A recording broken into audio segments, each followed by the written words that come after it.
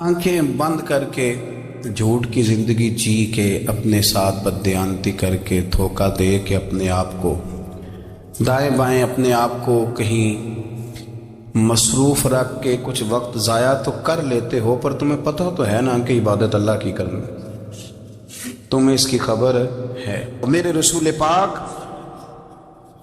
علیہ وسلم نے فرمایا بندہ اللہ کے سب سے قریب اس وقت ہوتا ہے جب وہ سجدے کی حالت میں ہوتا ہے۔ کس کے قریب ہوتا ہے؟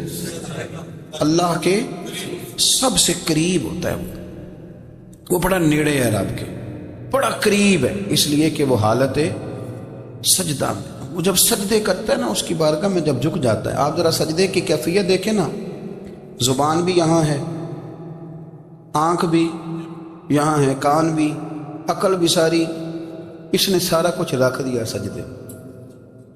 آپ وہ کبھی پیچھے جائیں تو دیہاتوں میں کہا جاتا تھا ناک سے نکیریں نکالو، بہت بڑی سزا ہوتی تھی نا، ناک سے نکیریں نکالو، بڑی سزا ہوتی تھی۔ تو اس نے کہا مالک مجھے کسی نے کہا نہیں، پر دیکھنا میں نے رکھ دی ساری عقل سجدے میں، اور رکھ کے کہا کیا سبحان ربی یا اللہ میں پست ہوں تو اعلیٰ ہے، اللہ تو میرا رب ہے اور تو سب سے اعلیٰ اتنا۔ اور فرمایا جب یہ اس کیفیت میں ہوتا ہے تو پھر یہ اپنے رب کے قریب ہوتا ہے۔ میرے نبی کریم علیہ السلام نے مصلی سے دل لگانے کا درس دیا، حضور نے توجہ دلائی، صحابہ اس ذوق کے حامل لوگ تھے، وہ کوشش کرتے تھے۔ جناب صدیق اکبر رضی اللہ تعالیٰ عنہ کا عبادت کا مزاج ہمیشہ قائم رہا۔ حضرت عمر فاروق ساری رات اللہ کے حضور کھڑے رہے۔ حضرت عثمان غنی رضی اللہ تعالیٰ عنہ عشاء کی نماز پڑھ کے 2 رکعتوں کی نیت باندھتے تھے، 15 سپارے پہلی رکعت میں پڑھ دیتے تھے اور 15 سپارے قرآن مجید کے دوسری رکعت میں پڑھ دیتے تھے۔ آپ نے نا حضرت عمر فاروق کے وصال کے بعد ان کی ایک بیوہ سے نکاح کیا، حضرت عثمان غنی نے نکاح کیا۔ وہ خاتون آپ کے نکاح میں آئیں تو عرض کرنے لگی امیر المومنین میرے لیے اعزاز تو بہت ہے کہ میں امیر المومنین کی بیوہ تھی تو امیر المومنین کی منکوحہ ہو گئی ہوں، لیکن حضور نہ تو میں جوان ہوں کہ میرے اندر رغبت ہوتی اور نہ میں اب اس قابل ہوں کہ کوئی خدمت کر سکوں، میرے ساتھ نکاح کی وجہ کیا بنی؟ تو عثمان غنی رو پڑے، فرمانے لگے میں نے عمر فاروق کو مسجد میں اپنے رب سے ڈرتے ہوئے دیکھا ہے، میں نے اسے روتے ہوئے دیکھا ہے، عدل کرتے دیکھا ہے، انصاف کرتے دیکھا ہے، امت کی خیر خواہی کرتے دیکھا۔ تمہارے ساتھ نکاح اس لیے کیا ہے کہ تم مجھے یہ بتاؤ کہ عمر فاروق گھر کے اندر اپنے رب کو کیسے راضی کرتے تھے، گھر کے اندر کیسے راضی کرتے تھے، وہ طریقے بتلاؤ، تم بتاتی جانا اور میں بھی اسی طرح گھر میں عبادت کروں۔ میرے رسول کریم علیہ السلام نے ارشاد فرمایا، حضور فرمانے لگے جس گھر میں اللہ کا ذکر ہوتا ہے وہ گھر زندوں کا ہے، اور جس گھر میں رب کریم کا ذکر نہیں ہوتا وہ گھر زندوں کا نہیں ہے۔ گھر نا ہم نا کتابوں میں پڑھتے ہیں کہ ایک بزرگ کہتے ہیں، حضرت فضیل بن عیاض کہتے ہیں کہ میں ایک گلی سے گزر رہا تھا تو گھر کے اندر کسی قاری صاحب نے قرآن کی آیت پڑھ دی وَلِمَنْ خَافَ مَقَامَ رَبِّهِ جَنَّتَانِ، میں میرے کانوں سے ٹکرائی تو اللہ نے میری کایا ہی پلٹ دی، میں توبہ کر گیا۔ اب گھر کے اندر سے آواز آئے تو صحیح نہ تلاوت کی، پر اندر سے آواز آتی نہیں، یا ڈیک بجنے کی آواز آتی ہے، یا ٹی وی چلنے کی آواز آتی ہے، یا دھوم مچانے کی آواز آتی ہے۔ عبادت کا وہ جو خاص شوق تھا، وہ جو حسن تھا، وہ جو توانائی تھی، وہ جو بات تھی۔ ایک جگہ پہ ہم بیٹھے تھے تو وہاں ایک صاحب آئے اور انہوں نے آتے ہی کہا کہ مہربانی کریں ذرا مجھے مصلی دے دیں، میرے نہ کچھ نفل رہ گئے۔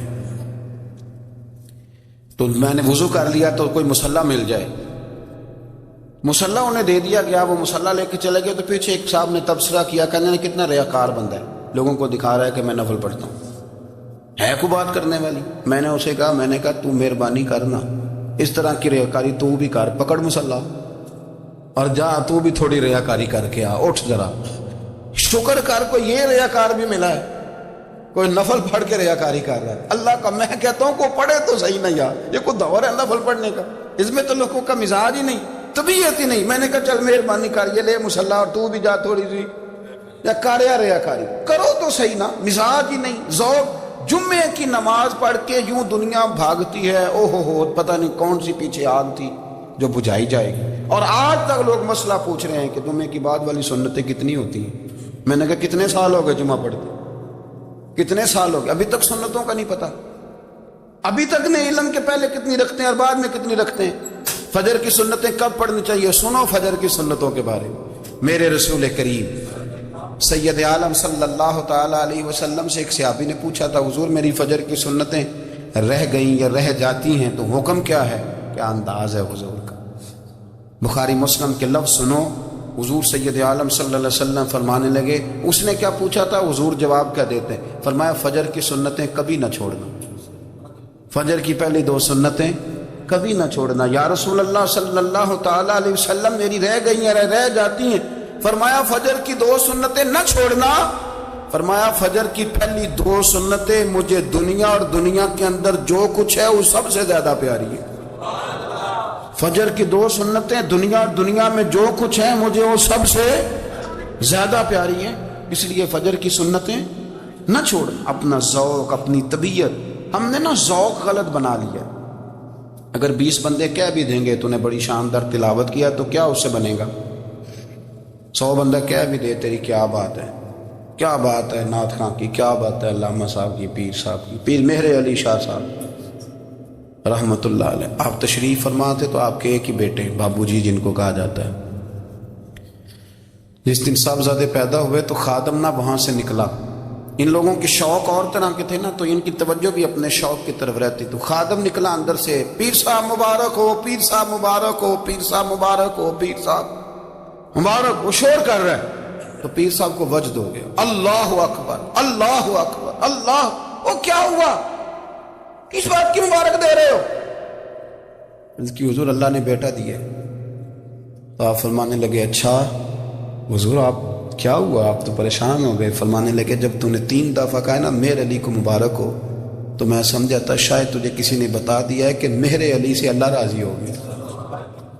میں سمجھا تھا کہ شاید تو یہ خبر لے کے آیا ہے کہ کسی نے بتایا ہے کہ مجھے آج خبر ملی ہے کہ مہر علی سے رب اچھا پتر ہوا ہے، الحمدللہ اللہ کا شکر ہے، پر میرے لیے مبارک کا دن وہ ہوگا جب میرا رب کہے گا کہ میں مہر علی سے راضی ہوں، میرے محبوب کہیں گے کہ میں مہر علی سے۔ آپ بات کو سمجھیں، شوق ہی کسی اور طرف تھا، دل ہی کہیں اور لگا ہوا تھا، طبیعت ہی کہیں اور مائل تھی۔ کوئی وظیفہ پوچھتے تھے تو پڑھتے تھے وہ لوگ، کچھ اللہ اللہ انہیں بتائی جاتی تھی تو کرنے کا ذوق رکھتے تھے، طبیعت تھی، قائل تھے۔ حضرت ربیع کہتے ہیں میں بڑی دور سے سفر کر کے گیا حضرت اویس کرنی سے ملنے، بڑی دور سے، اور جب میں پہنچا تو فجر کا وقت تھا، تو حضرت اویس کرنی کو میں نے پا لیا، تو وہ نماز پڑھ کے نا قرآن شریف لے کے بیٹھ گئے۔ فرماتے ہیں اشراق چاشت کا وقت ہوا تو نفلوں کی نیت باندھ لی۔ محدث ابن الجوزی نے لکھا ہے، فرماتے ہیں پھر جب زوال کا وقت ہوا تو مسجد میں جھاڑو دینے لگ گئے۔ ظہر کی نماز پڑھ کے تو عصر کی تیاری تک وہ مسجد میں بیٹھے رہے، اور میرے نبی پاک علیہ السلام نے فرمایا جو نماز کے انتظار میں بیٹھا ہو وہ نماز ہی میں ہے، وہ نماز ہی میں ہے۔ فرمایا میری دنیا، میری امت کی جو رہبانیت ہے نا وہ اتنی ہے کہ نماز کا انتظار کرے، اذان کے بعد نماز کا یہ راہب ہے، یہ اس وقت چھوڑ کے بیٹھے ہیں سارا کچھ۔ فرماتے ہیں عصر تک انہوں نے اللہ اللہ کی، پھر مغرب تک کی، عشاء کی نماز ہوئی تو نماز پڑھی تو وہ تھک گئے۔ اب مجھے وہ فارغ ہوں، مصلی چھوڑے تو میں ملاقات کروں نا، یہ آپ حیران نہ ہو کہ اتنی دیر بندہ کیسے اللہ اللہ کر، ہم نے کی نہیں نا اس لیے ہم پریشان ہیں۔ جو عادی ہوتے ہیں وہ کر بھی لیتے ہیں، وہ یہ کام، میری بات کی سمجھ آ رہی ہے؟ جب جاتے ہو کسی دفتر میں تو 8 گھنٹے کھڑے رہ لیتے ہو نا، مجبوری ہوتی ہے تو کھڑے رہا جا سکتا ہے۔ پاسپورٹ کے دفتر بولیے، امیگریشن کی لائنوں میں، اور میں نے تو ایمبیسیوں میں بندے 12 گھنٹے پہلے جا کے کھڑے دیکھے، رہ لیتے ہیں کھڑے۔ تو اگر ان کاموں کے لیے رہا جاتا ہے تو اللہ رسول کے لیے بھی کھڑے رہا جا سکتا ہے۔ تو فرمانے لگے کہ جب عشاء کی نماز کے بعد آخر انسان تھے، تھک گئے، نیند کا غلبہ ہوا تو تھوڑی ایسے آنکھ بند ہوئی تو کھلی تو رونے لگے۔ حضرت ویسے کرنی رو کے کہنے لگے مالک مجھے غافل تو نہ کر، ابھی میں نے کیا بھی کچھ نہیں، دن ختم ہو گیا، کوئی نفل نہیں، کوئی اللہ اللہ نہیں، اللہ مجھے غافل نہ کر، میری مدد فرما۔ فرماتے ہیں جب وہ روئے تو میرے ساتھ جو شخص تھا میں نے کہا اٹھو چلیں، کہنے لگا حضور ملنا نہیں، فرمایا جو میں لینے آیا تھا وہ مجھے مل گیا، جو میں ان سے سیکھنے آیا تھا وہ مجھے نصیب ہو گیا، اب اور میں نے کیا لینا، ختم ہو گئی بات، اٹھو چلیں۔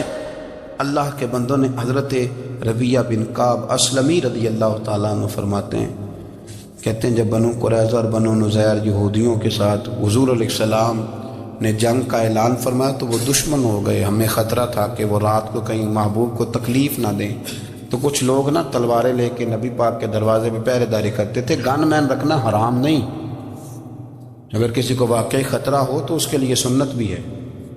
حضرت علی المرتضیٰ تلوار لے کے حضور کے گھر کا پہرا دیتے تھے۔ حضرت ربیہ بن کعب اسلمی رضی اللہ تعالیٰ عنہ فرماتے ہیں کہ رات میری ڈیوٹی تھی کہ میں حضور کے گھر کا پہرا دوں گا، تو فرماتے ہیں میں باہر سن رہا تھا، ساری رات ہی میرے نبی پاک نے اللہ کی تسبیح پڑھی، ساری رات، کبھی تسبیح، کبھی تحلیل، کبھی تحمید، کبھی تکبیر، ساری رات۔ فرماتے ہیں ساری رات حضور پڑھتے رہے اور ساری رات ہی میں سنتا رہا، مجھے اونگ آ گئی، میری آنکھ لگ گئی، حضور ابھی پڑھ رہے تھے، میں تھک کے سو گیا۔ اور فرماتے ہیں جب میری آنکھ دوبارہ سے کھلی تو میرے کانوں میں پھر کوئی چیز گونجی، تو میں نے کان لگایا تو میرے حبیب ابھی بھی اللہ کو یاد کر رہے۔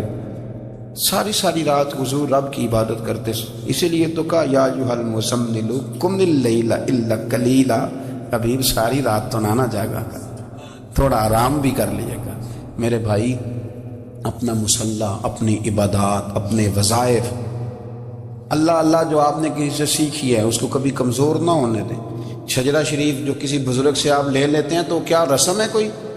اس پہ کچھ لکھا ہوتا ہے، وہ پڑھنے کے لیے دیا جاتا ہے، اس پہ لکھا ہوتا ہے کہ یہ اللہ اللہ آپ نے کرنی ہے۔ انسان پر اگر کوئی شخص نیکی کر دیتا ہے، احسان کر دیتا ہے، تو انسان اس کے سامنے پھر گردن نہیں اٹھا سکتا کہ یار یہ میرے مشکل وقت کا دوست ہے، اس نے میرے ساتھ نیکی کی ہے، کبھی بھی گردن نہیں اٹھائے گا، جھکا کے رکھے گا۔ تو اگر عام کوئی نیکی کر دے تو اس کے سامنے انسان کبھی گردن نہیں اٹھاتا، تو جو رب ساری نعمتیں عطا فرمائے، جو کہے کہ تیری تخلیق میں نے کی، تجھ سے پہلوں کو بھی پیدا میں نے کیا، تیرے لیے زمین کا بچھونا بھی میں نے بچھایا، آسمان کی چھت بھی میں نے لگائی، تیرے لیے زمین سے ساری اناج کو، پھل کو، کھیتیوں کو نکالا بھی تیرے لیے، اب تو اس طرح کر کہ تو میری عبادت کر، تو میری بارگاہ میں جھک جا۔ بہت سارے نشے لوگوں کو لگے ہوئے ہوتے ہیں، ہر آدمی کوئی نہ کوئی نشہ کرتا ہے، کوئی دولت کا کرتا ہے، کوئی شہرت کا کرتا ہے، کوئی اپنی تعریف کا نشہ کرتا ہے، دو چار لوگوں سے تعریف سن کے مطمئن ہو جاتا ہے۔ ناراض تو نہیں ہوگے اس جملے سے؟ آپ کرتے ہیں لوگ دولت کا نشہ، یہ جب نقصان ہوتا ہے تو بندے بیمار نہیں ہو جاتے؟ پیسے ڈوب جاتے ہیں تو لوگ بیمار نہیں ہو جاتے؟ تو اس کا مطلب یہ ہوتا ہے کہ نشہ ٹوٹ گیا ہے۔ اب بہک ہوئے ہیں نا تھوڑے سے تو کانپتے ہیں، تڑپتے ہیں، پریشان۔ نشہ ہی اسی طرح ہی کرتا ہے نا، نہیں ملتا تو پریشان ہوتا ہے۔ یہ سارے نشے ہیں، مختلف قسم کا نشہ۔ ہم مانتے نہیں اس بات کو، تسلیم نہیں کرتے، کیونکہ تسلیم کرنا بڑا مشکل کام ہے، اس کے لیے تو بڑی ساری چیزیں جو ہے وہ دبوچ کے اور بڑی سارے رستے پھلانگ کے آنا پڑتا ہے، تو بڑا مشکل ہے ماننا، ورنہ کرتے ہیں ہم، ہمارا مزاج ہے۔ یہ گھومنے پھرنے کا، دنیا دیکھنے کا بھی ایک نشہ ہے، یہ بہت ساری باتیں کرنے کا بھی ایک نشہ ہے، گپ شپ کا بھی ایک نشہ ہے۔ دو چار لوگوں کی جب تک پگڑیاں نہ کھول لیں، بعض لوگوں کو نیند نہیں آتی، یہ غیبت کا، چغلی کا، بددیانتی کا، یہ بھی ایک نشہ ہے۔ اس پر ملا رومی رحمۃ اللہ نے بڑا کلام لکھا ہے، وہ کہتے ہیں مانگ کے کھانے کا بھی نشہ ہے، مانگ کے کھانے کا بھی نشہ ہے۔ وہ کہتے ہیں کہ ایک بھیک مانگنے والی خاتون تھی، تو بادشاہ کے پاس بھیک مانگنے آئی، تو بادشاہ کو پسند آ گئی، اس نے شادی کر لی۔ اب اس کو عادت تھی بھیک مانگ کے کھانے کی، تو وہ کنیزوں سے کہا کرتی تھی کہ فٹافٹ نہ روٹی لے کے آیا کرو، میں 2-3 دفعہ مانگوں تو پھر لایا کرو، کیونکہ ایک نشہ ہے نا، تو میں مانگوں 2-4 دفعہ تو پھر۔ تو انسان بہت سارے نشے کرتا ہے، یہ مانتا نہیں، یہ موبائل، یہ فیس بک، یہ سارے نشے ہی ہیں۔ اپنی فوٹو لگا لینا، سارا دن اسی کو دیکھتے رہنا۔ اور بڑے بڑے سیانے بندے جو وزادار ہیں، بڑے وزادار لوگ ہیں، لیکن وہ بھی سنجیدگی کے قائل نہیں، اس طرح کے نشوں کا شکار ہیں۔ یہ سارے نشے ہیں جو ہم نے پال لیے۔ ہمارے صوفیاء، ہمارے بزرگ فرماتے ہیں کہ تم اس طرح کرو، اگر سارے نشوں سے بچنا چاہتے ہو تو سجدے کا نشہ شروع کرو، سجدے کا نشہ شروع کرو۔ یہ نا اقبال کہتے ہیں ہو عطار ہو رومی ہو رازی، آپ بات کو سمجھیں، عطار ہو رومی ہو رازی ہو غزالی ہو کچھ ہاتھ نہیں آتا بے آہ سحر گاہی۔ کہتے بہت بڑا صوفی ہو جیسے فرید الدین عطار تھے، بہت بڑا تصوف کا امام ہو جیسے امام غزالی تھے، بہت بڑا تفسیر کا استاد ہو جیسے امام رازی ہو، عطار ہو رومی ہو رازی ہو غزالی ہو، پر کچھ ہاتھ نہیں آتا بے آہ سحر گاہی۔ اگر سویرے اٹھ کے روتا نہیں نا اللہ کی بارگاہ، اگر تہجد نہیں نہ پڑھتا تو کچھ ہاتھ نہیں آتا بے آہ سحر گاہی۔ پھر اس کو کوئی چیز نصیب، میری بات کی سمجھ آ رہی ہے آپ حضرات؟ جب تک آپ سویرے نہیں اٹھتے، آپ اللہ اللہ نہیں کرتے، آپ کو نوافل کا چسکا نہیں، عبادت کا مزہ نہیں، فرمایا میری عبادت کرو، یہ شوق پیدا کرو، میں نے تمہیں پیدا کیا ہے۔ ہم لوگوں کے نشے مختلف نشے، بڑا عجیب رنگ ہے۔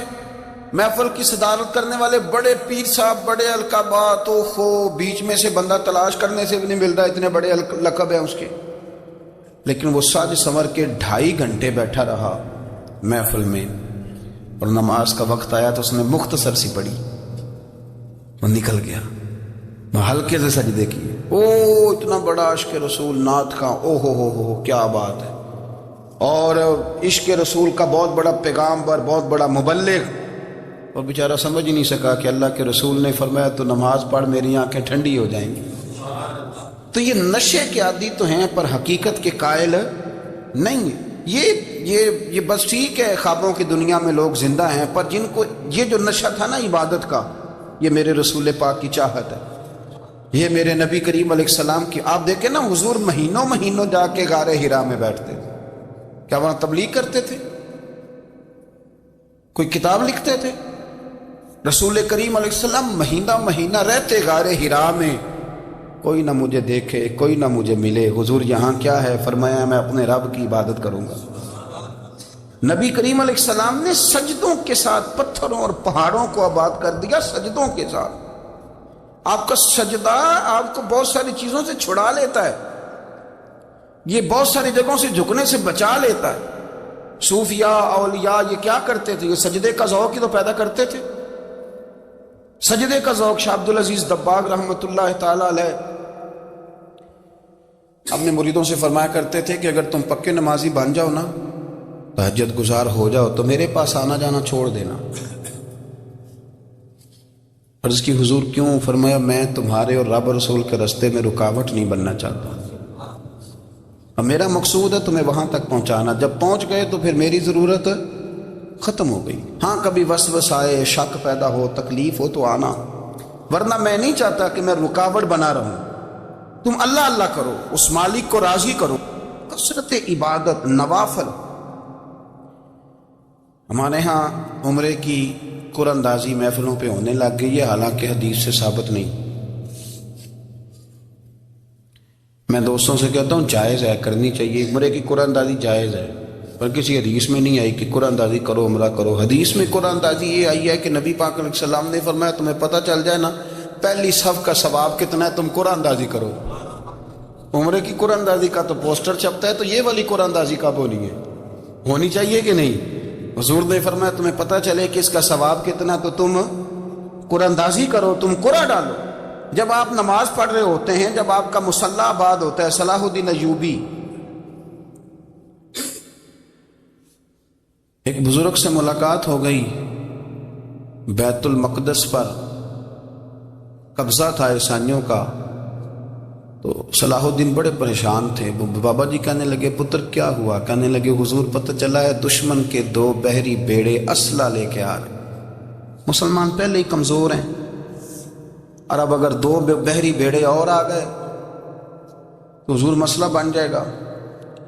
تو میں پریشان ہوں کہ کس طرح یہ کم مسئلے والی ہماری فوج ہے کیسے مقابلہ کرے گی۔ تو بابا جی کہنے لگے پتر اس طرح کرنا، آج رات تو بھی دعا کرنا اور میں بھی کروں گا، تو بھی دعا کرنا، آپ ناراض نہ ہونا، ہم تو پیروں والے ہیں، ہم تو پیروں کے نوکر غلام ہیں، ہمارا تو گزارا ہی نہیں، ہمیں تو ملتا ہے سارا کچھ وہاں سے۔ پر میرا سوال یہ ہے کہ تعویذ لینے جاتے ہو نفل کیوں نہیں پڑھتے؟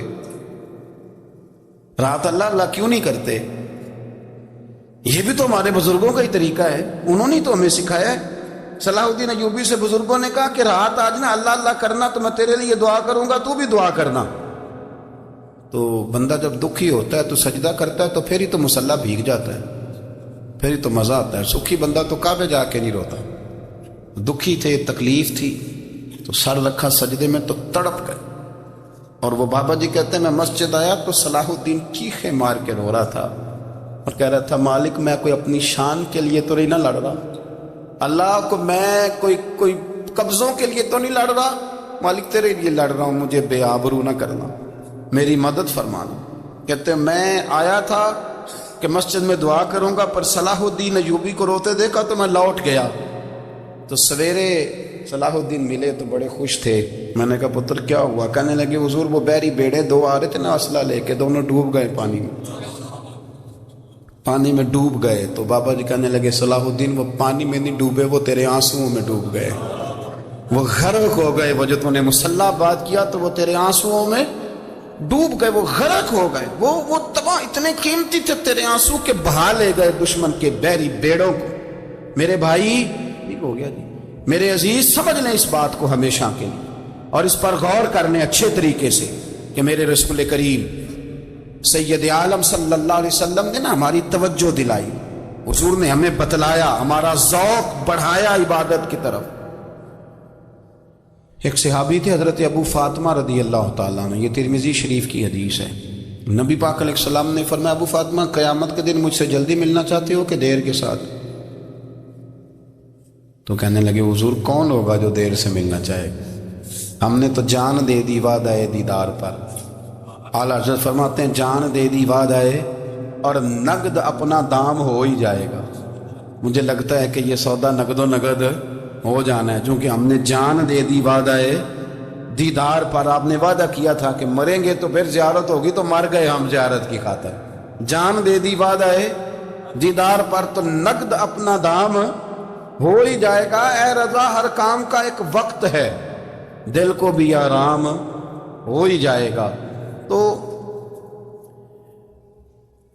حضرت ابو فاطمہ رضی اللہ تعالیٰ عنہ سے نبی پاک صلی اللہ علیہ وسلم نے فرمایا جلدی ملنا چاہتے ہو کہ دیر سے؟ عرض کی حضور فٹافٹ ملنا ہے، میں نے قیامت کے دن آپ سے جلدی ملنا ہے۔ تو نبی پاک علیہ السلام نے فرمایا پھر اس طرح کرنا، دنیا میں رہ کے سجدے زیادہ کرنا، پھر سجدے زیادہ کرنا، قیامت میں ملاقات جلدی ہو جائے گی، قرب ملے گا تمہیں۔ اپنے بچوں کے اندر دیکھیں نا، ہم شوق پیدا کرتے ہیں، ہمیں صحیح لفظ نہیں بولنے آتے پر ہم بچوں میں شوق پیدا کرتے ہیں کہ پتر ڈاکٹر بن جائے گا تو بڑا نفع کرے گا، تو لوگوں کی خدمت کرے گا، ملک و ملت کی خدمت کرے گا، تیرے ابا کا نام روشن ہوگا، تیرے دادا کی تعریفیں ہوں گی۔ ہم یہ ذوق پیدا کرتے ہیں، ہم اپنے نوجوانوں کے اندر یہ فکر پیدا کرتے ہیں، انہیں ہم سمجھاتے ہیں کہ میاں جب تم پڑھو گے، محنت کرو گے تو فلاں آدمی کی طرح تمہارا نام ہوگا۔ یہ جتنا ذوق ہم بچوں کے اندر ان چیزوں کا پیدا کرتے، ہمیں حکم ہے کسی طرح ہم ذوق پیدا کریں کہ پتر نماز پڑھے گا تو اللہ راضی ہو جائے گا، تو سجدہ کرے گا۔ دیکھیں نا میرے رسول کریم علیہ السلام نے فرمایا 7 سال کے بچے کو مسجد لے کے جاؤ، یعنی اسے شوق دلاؤ، اس کے اندر یہ خاصیت پیدا کرو کہ اس کا دل کرے مسجد میں جانے کا، اس کے اندر یہ خصوصیات لاؤ کہ وہ ہمارے ہاں نا ہر چیز کو پرموٹ کیا جا رہا ہے، ہر چیز کو، یعنی سر سنگیت سکھانے کے لیے اکیڈمیاں بن گئی، ہر شے پرموٹ ہو رہی ہے، عبادت کا جذبہ کم ہوتا جا رہا، اللہ کا ذوق ہمارے اندر نہیں رہا۔ اور اتنا مشکل ہم نے اپنے لیے بنا لیا ہے کہ وہ بندہ جو بڑی زبردست مذہبی گفتگو کر رہا تھا اور تگڑی بات کر رہا تھا، کیا بات ہے، لیکن نماز کے بارے میں کمزوری دکھا جاتا ہے، نوافل کے بارے میں وہ چپکے سے نکل جاتا ہے۔ امام احمد بن حنبل رحمۃ اللہ تعالی علیہ، مسند امام احمد بن حنبل 14 جلدوں میں ہے مارکیٹ میں، اور مجھے تو خیر پسند ہی پڑی ہے، میں نے تو کئی دفعہ پڑھی ہے۔ اور کیا بات ہے امام احمد بن حنبل کی، کیسے تگڑے قسم کے محدث تھے اور اللہ نے کتنا انہیں اعزاز عطا فرمایا ہوا۔ یہ کوڑے بھی کھاتے تھے دین کی خاطر، سارا کرتا لہو سے بھر بھی جایا کرتا تھا، بڑا اعزاز والا شخص تھے، بڑے اعزاز والے، حدیثیں جمع کرنا، حدیثیں لکھنا، حدیث پڑھانا، سارا دن رہتے تھے۔ کہہ سکتے تھے کہ میں کر تو رہا ہوں کام، اور حدیث بھی موجود ہے کہ عالم عابد سے افضل ہوتا ہے، پر اس کے باوجود امام احمد بن حنبل رحمۃ اللہ علیہ 300 نفل فرض نمازوں کے علاوہ پڑھا کرتے تھے، 300 نوافل روز پڑھا کرتے تھے۔ ان کے بیٹے نے کہا ابا جی مکان خریدنا ہے تو کوئی جگہ کہاں کر کے لوں، بہت ساری آبادیاں، تو فرمایا پتر وہاں لینا جہاں مسجد قریب ہو۔ میرے رسول کریم سید عالم صلی اللہ علیہ وسلم اتنا پسند کرتے مسجد کو، اتنا پسند کرتے نماز کو، کہ رسول کریم صلی اللہ علیہ وسلم تہجد کی نماز بھی پڑھتے، پھر حضور فجر کی نماز بھی پڑھتے، نبی پاک وتر کو الگ کر کے پڑھتے، عشاء کے ساتھ نہیں پڑھتے۔ یہ تو ہم اس لیے اجازت دی ہمارے بزرگوں نے کہ بعد میں اٹھے گا کون علیحدہ وتر پڑھنے کے لیے، عشاء کے ساتھ پڑھ لیں۔ وتر پڑھتے، تہجد پڑھتے، فجر پڑھتے، اشراق پڑھتے، چاشت پڑھتے، پھر مغرب کی نماز کے بعد 6 رکعت اوابین پڑھتے، پھر رات کو صلاۃ اللیل پڑھتے۔ سیدہ عائشہ صدیقہ کہتی ہیں زمانہ سو جاتا اور میرے رسول مصلی بچھا کے کھڑے ہو جاتے۔ او یار کھیتی باڑی کر کے نہیں، محنت مزدوری کر کے نہیں، جناب عائشہ کہتی ہیں میں یہ بھی دیکھتی کہ حضور ایک آیت شروع کرتے تو ساری رات اسی کو پڑھتے، اور میری نظر جاتی تو قدم مبارک پہ ورم آ جاتا۔ یار نماز پڑھ پڑھ کے اتنی مشقت کر کے، اتنی جد و جہد کر کے ورم آ گیا، یا رسول اللہ اتنی محنت کیوں کرتے ہو؟ فرمایا افلا اکون عبدا شکورا، کیا میں اپنے رب کا شکر گزار بندہ نہ بنوں؟ صحابہ کا ذوق عبادتوں کا، ریاضتوں کا، تلاوتوں کا، طبیعت ہے ان کی، وہ ایک دوسرے کو، حضرت مولا علی شیر خدا کرم اللہ تعالی وجہہ الکریم کے زمانے میں روم کے بادشاہ نے کہا یار یہ مسلمانوں کا پتہ تو کرو، یہ آخر کیوں اتنے زیادہ مجاہد ہیں؟ اس زمانے میں جاسوس بھیجنے کا مزاج تھا، اب تو جاسوس پکڑا جاتا ہے، اب تو جاسوس، اور جاسوسی کا شوق ویسے آج بھی ہے۔ عرض کروں تھوڑی سی بات اس عنوان سے، پتہ ہے کیا ہمارا مسئلہ ہے؟ ہم جہاں جاتے ہیں نا وہاں تھوڑی خوشبو سونگنے کی کوشش کرتے ہیں، وہ کیا ہے تو یہ کیا ہے تو ادھر کیا ہے تو تھوڑا سا ادھر کیا ہے۔ میرے رسول پاک پڑھیے درود شریف، سارے پڑھیے ذرا زور سے، صلی اللہ تعالی۔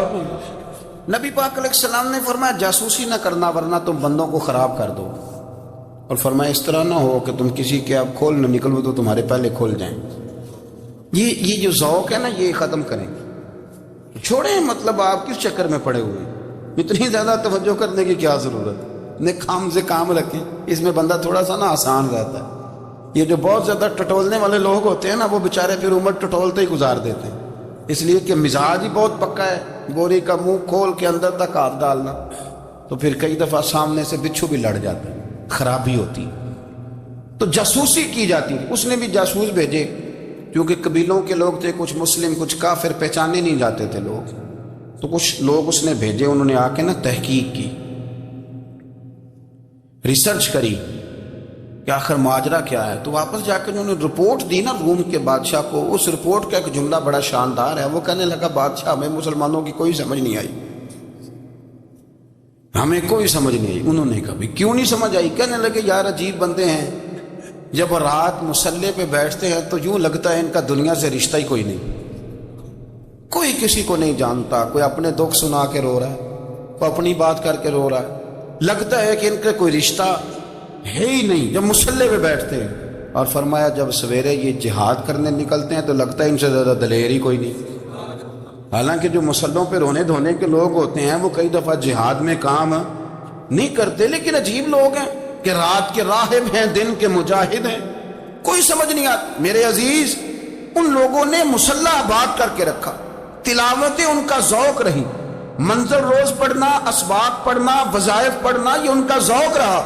اعلیٰ حضرت بریلوی رحمت اللہ نے 1000 کتاب لکھی ہے، لیکن الوظیفۃ الکریمہ کے نام سے جو وہ صبح و شام وظائف پڑھتے تھے وہ الگ انہوں نے ان کو بیان کیا، پابندی کے ساتھ اپنی اللہ اللہ کرتے۔ شیخ شہاب الدین سہروردی رحمت اللہ علیہ، اس پر ایک بندے نے اعتراض کیا، اس نے کہا جی آپ کس قسم کے صوفی ہیں، مرید بیٹھے ہیں اور آپ وہاں نفل پڑھ رہے ہیں؟ یہ بھی بڑا مسئلہ ہوتا ہے نا، جو بندہ ملنے آتا ہے وہ اپنے ٹائم کے حساب سے آتا ہے، اور پھر اس کا یہ بھی خیال ہوتا ہے کہ پیر صاحب جو ہیں وہ چونکہ درویش ہیں تو نہ انہیں روٹی کھانی چاہیے نہ سونا چاہیے، چونکہ وہ درویش ہیں، اور ہم چونکہ درویشوں کے ماننے والے ہیں لہذا ہمارا یہ طریقہ ہونا چاہیے کہ جیسے ہم کہیں درویش ویسے ہی کر جائے۔ حالانکہ اس کو آپ درویش کہیں گے، آپ اس کی مانیں گے، آپ منوائیں گے نہیں، تمہارا مزاج ہوتا ہے۔ شیخ شہاب الدین پر لوگوں نے اعتراض کی، حضور لوگ ملنے آئے ہیں، زیارت کرنے آئے ہیں، یہ بندے دعا کرانے آئے ہیں، اللہ اللہ کرانے آئے، اور آپ نفل پڑھ رہے ہیں، کیا جملہ ہے، کیا حسن ہے، کیا خوبصورتی ہے۔ فرمانے لگے رب رسول سے مانگنے کے لیے مصلی بچھایا ہے، اگر وہاں سے مانگوں گا نہیں تو تمہیں دوں گا کیا؟ پہلے مجھے کچھ لے تو لینے دو، اگر میرے پلے کچھ ہے ہوگی تو آگے دوں گا نا۔ تو میں مانگنے گیا تھا کہ یا اللہ دے، تیرے بندے لینے آئے، دے تو میں کچھ لوں گا تو آگے دوں گا نا۔ لیکن ہمارا یہ سٹیٹس، یہ مزاج، یہ شعور نہیں ہے۔ گپیں، کہانیاں، داستانیں، گفتگو، خطابت، واز، کیا بات، لیکن اگر کچھ کرنے کا کام ہو تو وہ نہیں ہم سے ہوتا۔